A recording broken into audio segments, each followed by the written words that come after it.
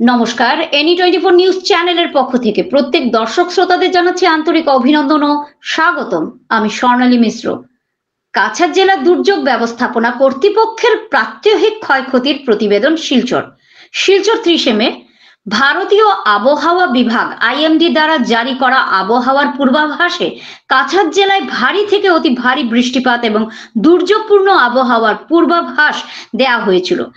এদিকে বরাক নদীর জল বিপদসীমার উপর দিয়ে প্রবাহিত হচ্ছে। এর পরিপ্রেক্ষিতে কাছাড় জেলার দুর্যোগ ব্যবস্থাপনা কর্তৃপক্ষ শহর ও গ্রামাঞ্চলে বন্যার জলে ক্ষয়ক্ষতির প্রাত্যহিক প্রতিবেদন প্রকাশ করেছে। এই প্রতিবেদনে জানানো হয়েছে যে কাছাড়ের শিলচর, সোনাই, উধারবন্দ, কাটিগড়া ও লক্ষ্মীপুরে মোট 51টি ক্যাম্প স্থাপন করা হয়েছে।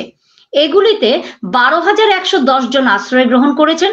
এর মধ্যে পুরুষ 4,592 জন, মহিলা 4,622 জন এবং শিশু 2,896 জন রয়েছে।